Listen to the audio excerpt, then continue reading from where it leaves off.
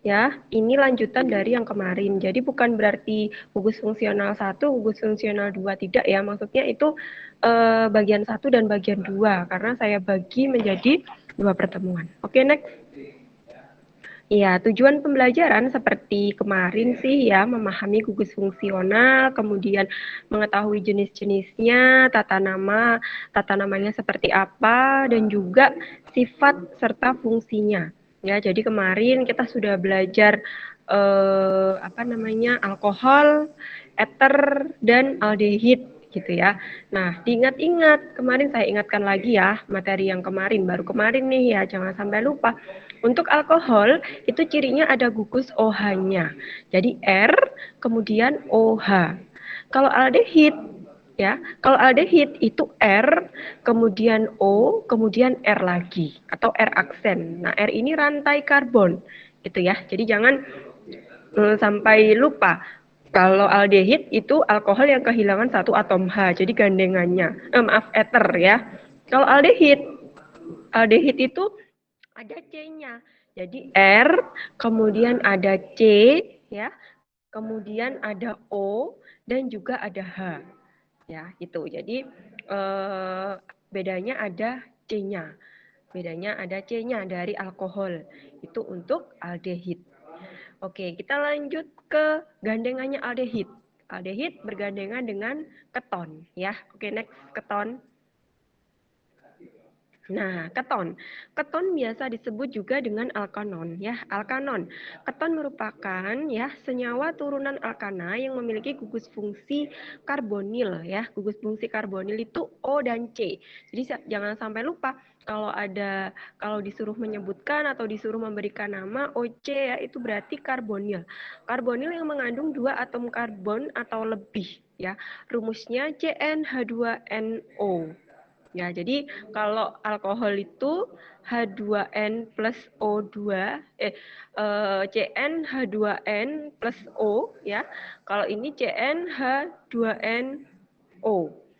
CnH2nO gitu ya. Jadi ada C-nya. Kalau kemarin aldehid ya, aldehid itu kan rumusnya R, C, O, H ya. Kalau keton itu berarti aldehid yang kehilangan satu atom H. Berarti jadinya R, C, O, R ya. Jadi harus bisa memasangkan dan harus bisa membedakan. Kalau alkohol itu gandengannya eter. Alkohol itu OH, berarti eter itu nanti cuma RO. Ya, ROR. Kalau aldehid itu RCOH ya. Berarti kalau keton gandengannya itu RCOR. Jadi kehilangan satu atom H. Jadi ini saling berpasangan mereka. Oke, next. Nah, untuk tata namanya ini sama ya. Jadi seperti yang kemarin-kemarin ya, ada 2 tata namanya. Yang pertama menurut dengan IUPAC ya, dan juga ini secara umum. Untuk yang secara umum, nama umum ini tidak selalu berdasarkan abjad dan urutan penamaannya adalah alkil keton. Jadi alkil terlebih dahulu ya, kemudian nanti diberi akhiran keton gitu ya. Kemudian untuk yang penamaan menurut IUPAC itu gugus fungsi keton masuk ke dalam rantai utama ya, dan rantai utama itu rantai terpanjang, rantai induk gitu ya. Gugus keton harus mendapatkan nomor paling kecil ya. Jadi sama seperti alkohol, sama seperti eter dan juga aldehid, itu gugus ya atom karbon C yang berikatan dengan gugus fungsinya itu yang nomor 1 gitu ya, nomor yang paling kecil. Nah, akhiran alkana dapat diganti dengan alkanon. Ya, kalau alkohol itu alkana yang belakangnya ada ol gitu ya. Kalau keton itu berarti nanti alkana yang belakangnya on. Jadi cirinya seperti itu. Ya, kalau kalian mengetahui ada rumus molekul R, COR itu berarti dia keton. Nanti namanya on belakangnya. Nah, bisa dilihat di tabel, di situ ada rumus molekul gitu ya, yang paling atas CH3COCH3. Ya, untuk nama umum namanya dimetil keton. dimetil. Kenapa? Karena ada dua gugus alkil, metilnya itu ada dua, CH3-nya ada dua. Berarti diberi awalan di, alkil dulu, gitu ya. Di penamaan umum itu kan alkilnya dulu, baru ketonnya. Berarti dimetil karena dia itu ROCR, gitu ya. Berarti namanya keton, dimetil keton. Kemudian untuk nama kimia secara IUPAC ya, itu propanon. Kenapa propanon? Karena jumlah C-nya ada 3. Ya, jumlah C ada 3 dan di situ kalian menemukan adanya gugus fungsi keton ya, RCOR. Maaf, RC ya, RCOR. Berarti dia keton ya. Disebutkan dulu rantai induknya, kemudian belakangnya diganti dengan on. Kalau alkohol, kalau OH ya berarti alkohol. Tinggal ganti seperti itu. Jadi harus jeli ya, harus jeli ketika kita ingin memberikan penamaan senyawa gugus fungsi maupun senyawa hidrokarbon. Kalau hidrokarbon lebih mudah ya, karena hanya dilihat ikatan tunggal, dia ikatan rangkap ganda ataupun ikatan rangkap 3. Ya, kalau saya ingatkan, kalau tunggal itu alkana, ya, ana, belakangnya ana semua, nana. Kalau ikatan rangkap 2 itu alkena, berarti nanti belakangnya ena ya. Kalau rangkap 3 berarti alkuna, nanti una belakangnya gitu ya. Tapi kalau kalau gugus fungsi yaitu tadi dilihat dari ada gugus apanya. Ya, ada gugus apanya dulu. Kemudian namanya nanti belakangnya tinggal mengikuti ya, alkohol kah, eter kah, atau aldehid kah, atau keton gitu ya. Jadi dilihat gugus fungsinya. Kalau hidrokarbon dilihat ikatannya, ikatan tunggal, ikatan rangkap atau ikatan ganda. Oke, next. Nah, ini contohnya ya, contohnya seperti yang tadi.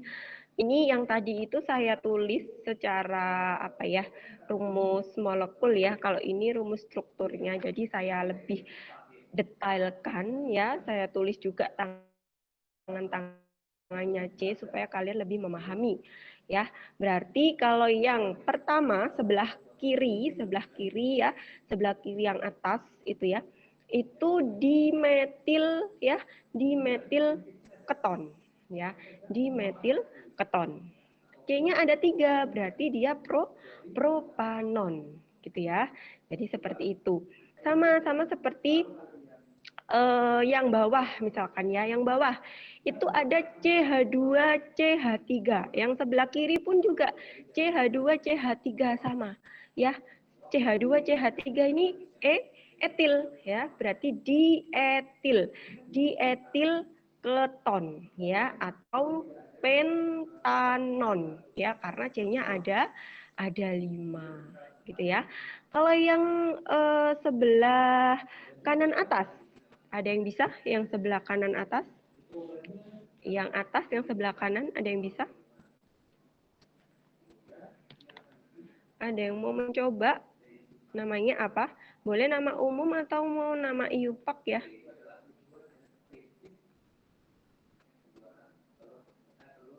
Ada yang mau nyoba?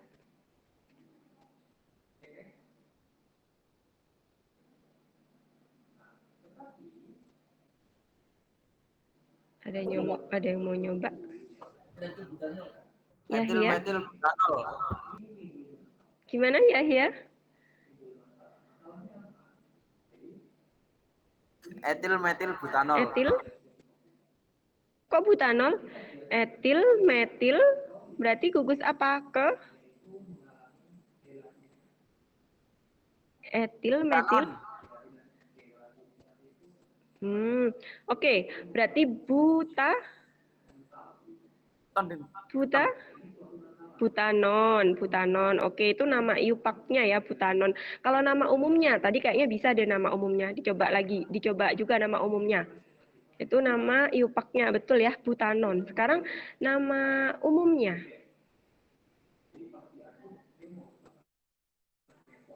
Etil? Udah hampir benar tadi, etil.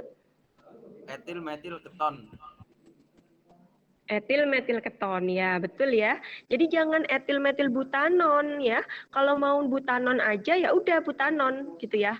Kalau menggunakan nama umum, menggunakan gugus alkil, berarti nanti belakangnya dikasih keton ya.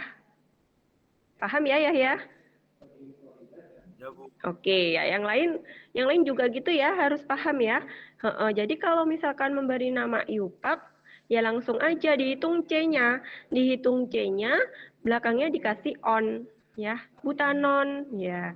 Kemudian kalau mau menggunakan nama umum, berarti menggunakan gugus alkil. Gugus alkilnya dulu disebutkan, lalu belakangnya diberi nama ketonnya. Keton, etil metil keton. Gitu ya. Tip, bagus. Next. Nah, ini ada lagi nih. Ya.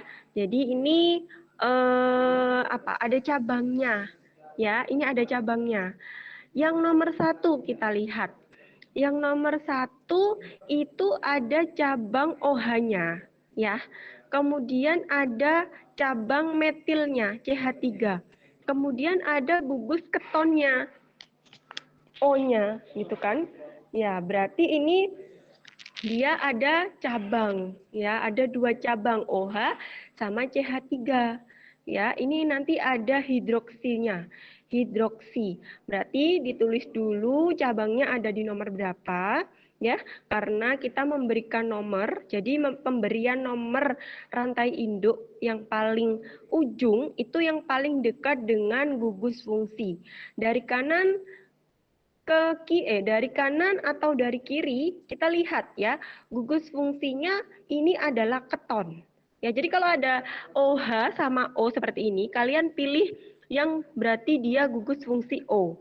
Jangan dipilih yang OH. OH ini bisa menjadi Bisa menjadi rantai cabang, hidroksil nanti namanya. Alkilnya berarti dia hidroksil sama metil, gitu ya. Berarti ini gugus keton, termasuk gugus keton. Dari kiri ke kanan yang paling dekat dengan gugus fungsi keton, ini yang dari kiri. Ya, kalau dari kiri C-nya nomor 3. Itu kan? Kalau dari kanan itu C-nya nomor 4. Ya, berarti kita berikan nama yang dari kiri. Nomor satunya. 1, 2, 3, 4, 5, 6. Sampai nomor 6 yang paling ujung kanan. Ya, ujung kanan yang nomor 6. Nah, setelah itu kita beri nama ya. 1 hidroksil, 2 ya, 2 metil ya, kemudian ada 6 berarti heksanol. Ya, heksanon. Ya, maaf, heksanon bukan heksanol. Jadi ya, saya ulang ya, nomor 1 yang paling atas sebelah kiri itu 1 hidroksil, 2 metil gitu ya. Kemudian heksanon. Ya, jadi ada ada 6 rantai utamanya. Gitu ya. Kemudian yang nomor 2 bawahnya itu sama ya seperti yang sudah dikerjakan Yahya tadi. Yang nomor ini sekarang, yang nomor 3 yang bawahnya lagi. Ada yang mau nyoba? Yang nomor 3 yang bawahnya.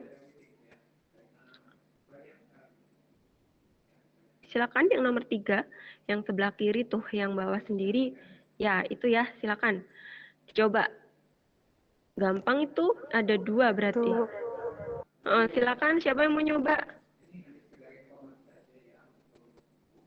Devina. 5 Gimana?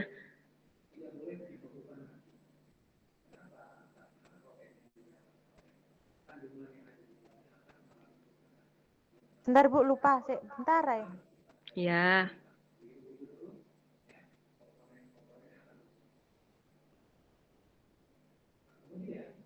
Lima 5,5 dimetil heksanon. Ya, sip. 5,5 dimetil heksanon. Wah, cepat sekali ya. Ya sudah mulai ekspor sekarang. Oke, ya. Jadi dilihat gitu aja udah langsung dapat hasilnya ya. 5,5 ya. Jadi diberikan nama dari yang sebelah kanan ya. Sebelah kanan ya, jangan sebelah kiri. Karena kalau sebelah kiri itu memang paling dekat dengan rantai cabang. Tapi kita di sini bukan belajar hidrokarbon lagi. Kita sudah belajar ke gugus fungsi. Kalau gugus fungsi Penomoran rantai ujung itu yang paling dekat dengan gugus fungsinya, berarti yang dari kanan. Ya, kanan nomor 1, 1, 2, 3, 4, 5, 6. Ada 6. Berarti cabangnya ada di nomor 5. 5,5 dimetil heksanon. Gitu ya. Sip, betul. Oke, next. Ya nanti untuk yang 2 silakan dicoba-coba sendiri. Next, slide selanjutnya.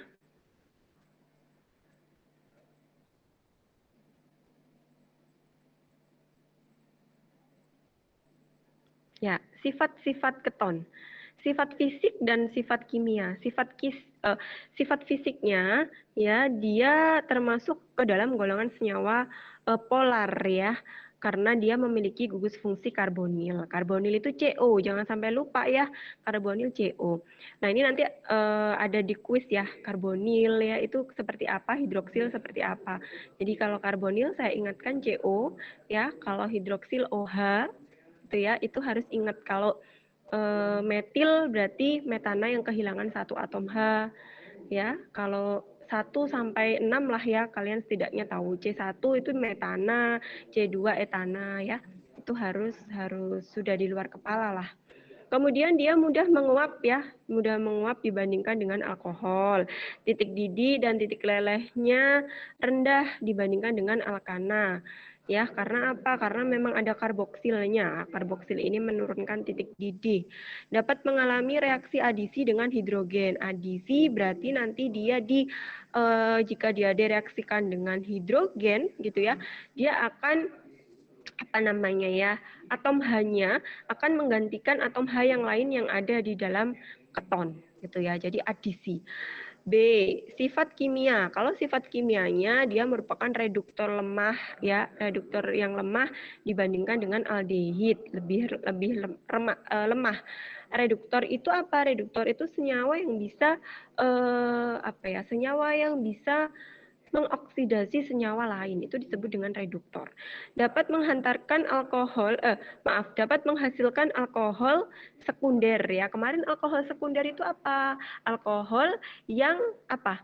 Yang masih ingat ya, C atom C primer, tersier, kuartener ya, ada di hidrokarbon. Nah, ini juga ada nanti di alkohol. Ya, jika ada CH2 itu nanti alkoholnya berarti alkohol jenis sekunder ya. Kalau CH3OH ya, metanol itu alkohol yang primer gitu ya. Jadi kalau keton itu direaksikan apa namanya ya, dia bisa menghasilkan alkohol sekunder. Oke, next. Nah, ini contoh aplikasinya ya. Biasanya untuk cat kuku ya, aseton ya. Aseton itu untuk cat pembersih cat kuku, revanol. Next. Nah, kegunaan dan bahayanya. Untuk kegunaannya atau keuntungannya, propanon ini sebagai pelarut ya untuk senyawa semi dan nonpolar. Jadi semipolar dan nonpolar ini bisa menggunakan pelarut jenis keton. Kemudian propanon juga sebagai zat pembersih kuku atau cat kuku gitu ya. Kemudian ini apa nih? Keton siklik sebagai tambahan bahan pembuatan parfum karena rasanya harum. Jadi memang senyawa yang memiliki senyawa yang berstruktur melingkar ya atau siklik, dia itu melingkar memutar, itu memang bisa menghasilkan aroma yang harum atau aroma tersendiri gitu ya. Jadi itu kalau si keton ini dia ini bersiklik ya, itu akan bisa digunakan sebagai bahan pembuat parfum karena rasanya harum. Bahayanya bisa bersifat toksik ketika digunakan pada jumlah yang besar ya, atau ketika kadarnya terlalu tinggi dan kita menggunakannya terlalu banyak, itu bisa bersifat toksik. Next.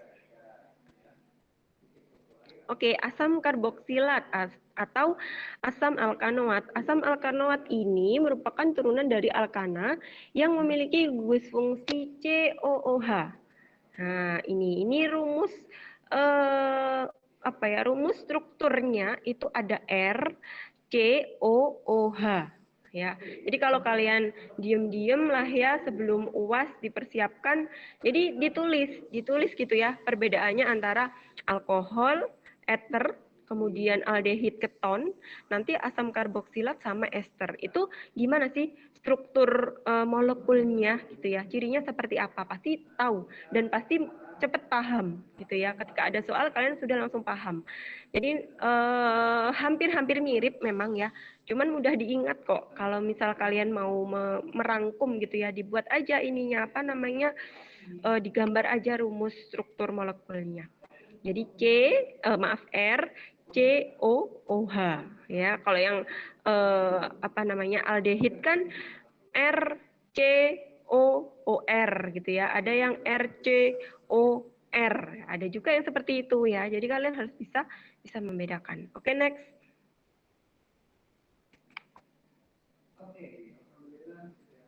Nah, tata namanya sama ya. Jadi untuk penamaannya ini kalau kalian paham ya, paham dari alkohol itu paham. Jadi memang ada dua sama, umum maupun IUPAC.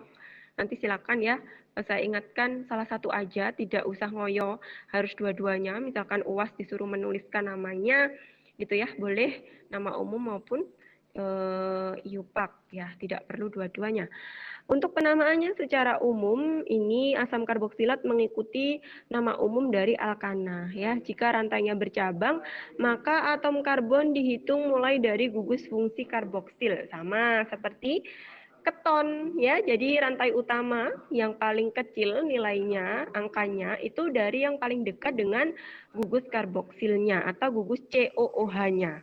Yang kedua, penamaan asam karboksilat menurut IUPAC ya, menggunakan IUPAC ini diturunkan dari tata nama alkana, kemudian akhiran A diganti dengan OAT ya, karena asam karboksilat. Jadi nanti belakangnya OAT semua.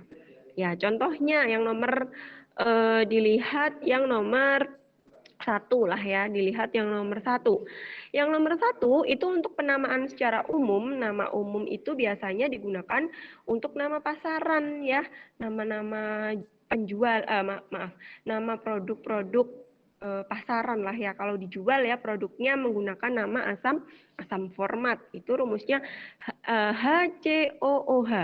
Nah, nama IUPAC-nya kenapa menjadi asam metanoat? Karena C-nya cuma satu. Satu itu kan metana ya, metana. Kalau ada COOH, berarti belakangnya dikasih OAT. Dan jangan lupa di depan diberi asam, ya, diberi apa namanya kata asam dulu, kemudian metana, metana berarti OAT. Kalau ada asam-asam, metanoat, ya. Seperti yang nomor 2 sekarang. CH3COOH, ya. C-nya ada 2. C-nya ada 2 berarti namanya etana ya, karena ada OH berarti nanti asam etanoat gitu ya. Itu untuk nama IUPAC-nya. Jadi nama asam karboksilat dan juga ester itu memang kalau nama umum ya, ini memang harus dihafal, tidak seperti yang alkohol sampai dengan keton ya. Jadi kalau asam karboksilat sama ester itu biasanya nama umumnya ini hafalan, harus dihafal. Jadi dia sudah ada namanya, tidak bisa dilihat dari gugus fungsinya. Tapi kalau nama IUPAC ini bisa dilihat dari gugus fungsinya ya. Diberi awalan asam, belakangnya ada OAT-nya. Gitu ya. Oke, next.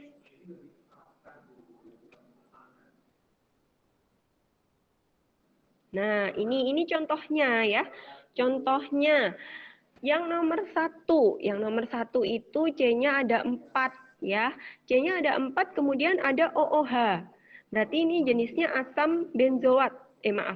Asam askorbat ya. Jenisnya asam karboksilat ya, asam karboksilat. Namanya apa? Karena C-nya itu 4, berarti butana. Ada OOH-nya berarti butanoat. Jangan lupa depannya diberi kata asam. Berarti yang nomor 1 yang paling atas itu namanya asam butanoat. Ya, butana karena C-nya 4. Dikasih OAT karena ada gugus fungsi OOH-nya, asam karboksilatnya. gitu ya. Sama, sekarang yang nomor 2 misalkan ya. Yang nomor 2 itu juga sama, itu ada OOH-nya. Oh, berarti ini termasuk ke dalam golongan asam karboksilat gitu ya. Sekarang yang nomor 2, dicoba. Ada yang bisa yang nomor 2? Asam heksanoat. Asam? Iya, asam heksanoat ya, betul ya, heksana karena 6 ya. Jadi hanya simple kok. Kalau memang yang paling simple itu asam karboksilat sama ester ya. Itu untuk memberi nama mudah sekali dan simple sekali. Mereka jarang sekali yang memiliki rantai cabang ya. Jadi langsung aja gugus fungsinya keluar gitu ya. Dan kita memberi nama mudah. Nah, untuk apa namanya? Gambar yang nomor 3 sampai dengan nomor 5 itu saya berikan simbol ya. Maksudnya ini memang orang kimia menuliskan itu kadang tidak ditulis rantainya ya, tapi dikasih lambang garis-garis ya, garis-garis seperti cacing ya, tapi tegak-tegak gitu ya. Maksudnya beraturan. Nah, ini caranya mengetahui berapa jumlah atom C-nya, itu kalian melihat sudutnya ya. Jadi paling depan, ujung paling depan itu ada C, kemudian sudut ke atas itu C, turun lagi sudut ke bawah itu C, gitu ya. Jadi di setiap sudut-sudut ini ada C-nya. Jadi ketika ada soal yang seperti ini, di gambar seperti ini, kalian harus paham ya, C-nya ada berapa ya, berarti tinggal menghitung sudutnya. Di setiap sudut ya, itu ada atom C-nya. Dan di paling ujung, jangan lupa, ujung juga ada atom C-nya. Jangan sampai yang di paling ujung, ya di ekornya yang paling ujung itu tidak ada C-nya. Tapi yang betul ada C-nya. Jadi dihitung dari ekor yang paling ujung, kemudian sudut, ya sudut, tiap-tiap sudut itu dihitung. Kalau misal ada soal yang seperti ini ya. Ini penamaannya sangat sederhana sekali asam karboksilat. Oke, next. Nah, sama ya seperti ini. Jadi itu ikatan apa namanya ya? Rangkap ya, ada ikatan rangkapnya di C-nya. Jadi sama yang bawah itu juga apa namanya ya? Di setiap sudut ada ya, di setiap sudut juga ada C-nya. Tapi jarang sekali ya keluar yang bawah nomor 2 yang ada ikatan rangkapnya itu jarang sekali keluar karena memang senyawanya jarang ditemui gitu ya. Yang sering-sering ditemui ya hanya yang sederhana-sederhana aja. Jadi tidak perlulah mengetahui terlalu detail gitu ya. Karena kita bukan orang kimia analis ya yang mana harus memahami semuanya. Jadi kita paham sampai menamai aja yang garis yang lurus itu gitu ya, yang tidak ada rangkapnya dan tidak serumit yang nomor 2 dari bawah dan paling bawah sendiri ya, itu sudah bagus. Oke, next. Nah, ini beberapa nama dari senyawa asam karboksilat. Jadi seperti yang saya jelaskan tadi bahwa kalau nama umum ya, nama umum itu harus dihafal kalau asam karboksilat. Jadi tidak bisa ditentukan ditentukan ketika kita melihat rumus struktur rumus molekulnya, tidak bisa. Ya, kalau nama IUPAC bisa, tapi kalau nama umum ini hafalan ya, jadi sudah diberikan nama, jadi dia sudah memiliki nama pasaran, nama jual gitu ya. Ini untuk asam karboksilat. Nah, ini saya tulis ya, nomor atom C1 sampai C8. Jadi kalau misalkan di soal UAS ya keluar ya, kalian tinggal lihat di tabel ini aja kalau untuk asam karboksilat. Oke, next. Nah, ini untuk sifat-sifatnya. Sifat fisik rantai karbon pendek dari C1 sampai dengan C4. Maaf, ini saya belum nulis ya. Jadi C1 sampai C4 itu harusnya bersifat polar, artinya larut dengan air. Sedangkan karbon yang paling panjang, karbon panjang itu di atas C4, berarti C5 sampai C20 ya. Ini bersifat non-polar, dia tidak larut dengan air, akan tetapi larut lemak. Titik didih dan titik bekunya lebih tinggi dibandingkan dengan alkohol, ya, karena memang jumlah atom O-nya itu ada 2. Kalau alkohol kan cuma 1, OH ya. Kalau asam karboksilat COOH. Ketika senyawa itu memiliki jumlah atom entah itu COH itu lebih banyak ya, itu berarti titik didihnya pun semakin tinggi gitu ya. Karena untuk mendegradasi senyawa tersebut itu butuh energi ya, butuh panas ya, itu yang lebih banyak, sehingga untuk mendidihkan pun itu butuh butuh panas yang tinggi, sehingga titik didihnya pun semakin tinggi. Jadi seperti itu. Ketika disuruh membedakan mana titik didih alkohol dan asam karboksilat itu yang lebih tinggi mana?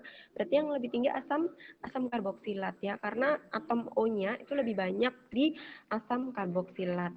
Kemudian sifat kimia, jika dihidrolisis dapat menghasilkan aldehid maupun alkohol. Hidrolisis itu apa? Reaksi hidrolisis itu reaksi dengan air.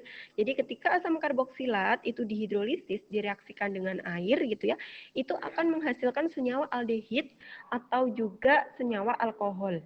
Jadi ada dua ketika dia dicampurkan dengan air atau direaksikan dengan air. Oke, next. Nah, ini beberapa produk pangan yang ada kandungan asam karboksilatnya ya. Ada di asam cuka, kemudian di minyak goreng, dan juga pembuatan blue band. Next. Nah, kegunaannya asam format ini digunakan dalam penggumpalan lateks ya. Kemudian asam asetat itu untuk cuka-cuka yang digunakan untuk makanan. Kemudian asam butirat ini untuk bukan untuk ya, asam butirat ini ditemukan pada mentega. Jadi mentega itu mengandung asam butirat ya. Begitu juga minyak ya, minyak sayur itu juga banyak kandungan asam butiratnya. Oke, next. Nah, yang terakhir sekarang, ester. Ester biasa disebut dengan alkil alkanoat ya. Jadi ini gandengan dari si asam karboksilat. Nah, dilihat di ininya, struktur molekulnya coba ya. Ada R, kemudian ada CO, kemudian ada OR aksen ya. Kalau si asam karboksilat itu RCOOH. Ya, berarti ester itu asam karboksilat yang kehilangan atom H. Ya, atom H-nya diganti R aksen. R aksen ini apa? Rantai ya, rantai C lainnya gitu ya. Kemudian rumus umumnya CnH2n 2O ya, 2O atau O2. Jadi ini rumus dari si ester atau alkil alkanoat. Oke, next. Nah, untuk tata namanya ya masih tetap sama, ada dua untuk penamaannya secara umum dan juga secara iupak. Untuk tata nama secara umum, ester mengikuti penamaan asam karboksilat pada umumnya, tetapi tetapi diawali dengan nama alkil dan menghilangkan kata asam. Ya, jadi karena dia itu tidak ada atom ion H+, ya, jangan sampai lupa ini materi asam dan basa ya. Ketika ester itu tidak ada atom H+-nya, sehingga dia ini untuk tata namanya itu tidak ada kata asamnya di depannya. Ya, untuk penamaan secara iupak mengikuti penamaan asam karboksilat ya, tetapi diawali dengan nama alkil dan menghilangkan kata asam, sama ya, sama seperti penamaan secara umum, hampir sama.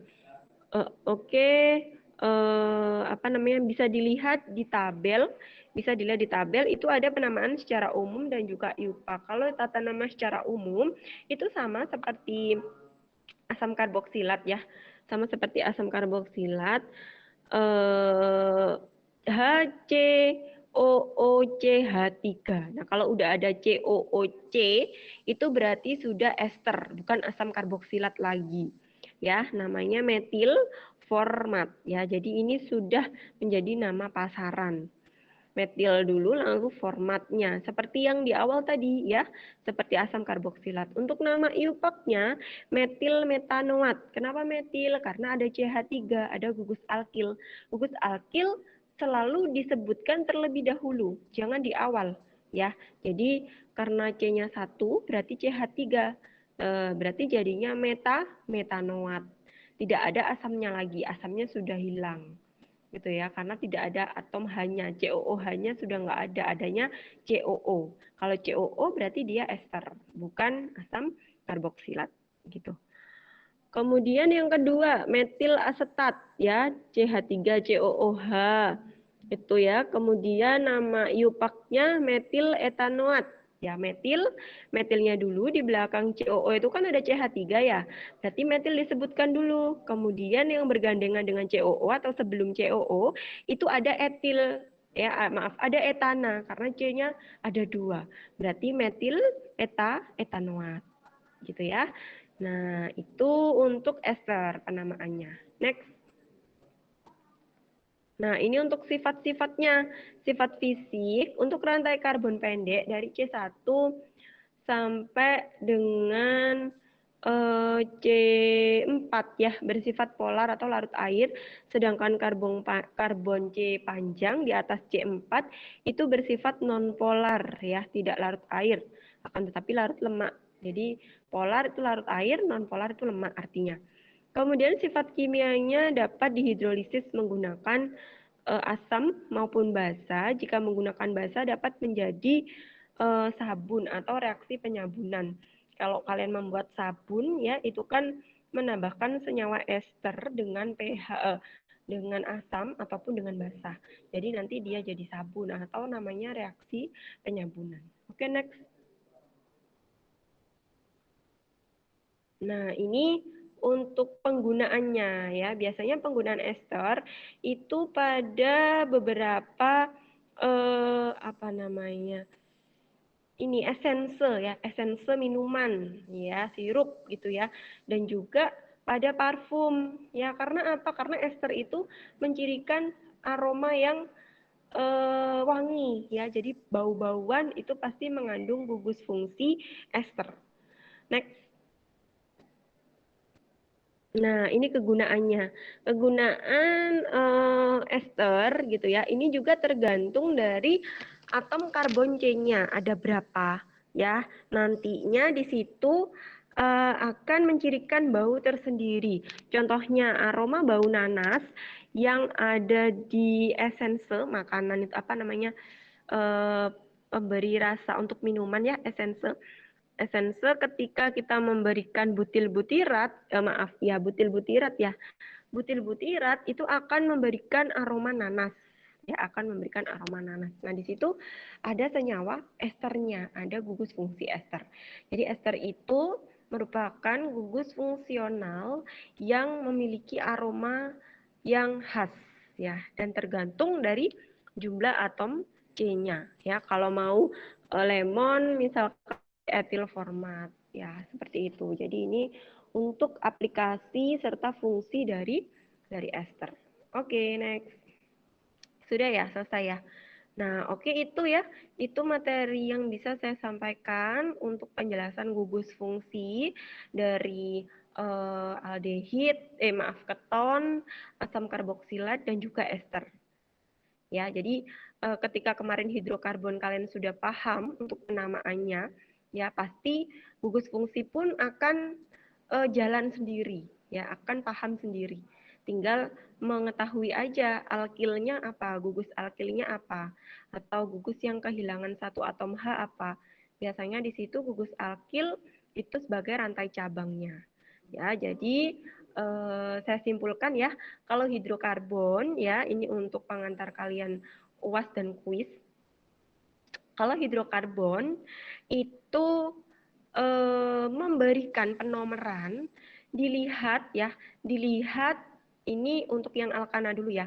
Kalau alkana itu untuk memberikan penomeran yang paling kecil itu dilihat dari yang paling dekat dengan cabangnya. Gitu ya. Kalau alkena itu dilihat dari ikatan rangkap duanya. Ya, jangan dari cabangnya lagi, tapi dari ikatan rangkap duanya. Alkena berarti yang ikatan rangkap tiganya, dilihat dari situ.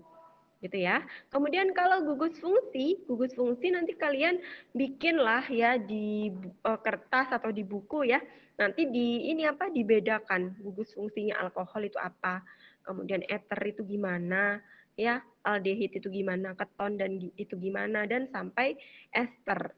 Ya, cirinya kalau sudah mengetahui alkohol, ya, kalau sudah hafal gugus fungsi alkohol, pasti nanti eter itu sudah ngerti. Karena eter itu gandengannya alkohol. Eter itu merupakan gugus fungsi alkohol yang kehilangan satu atom H. Ya, kemudian aldehid, aldehid gandengannya keton. Ketika paham gugus fungsi aldehid, ya otomatis keton juga paham. Karena nanti jika aldehid kehilangan satu atom H, itu menjadi gugus atau menjadi rumus dari si keton. Ya, kalau asam karboksilat itu gandengannya ester.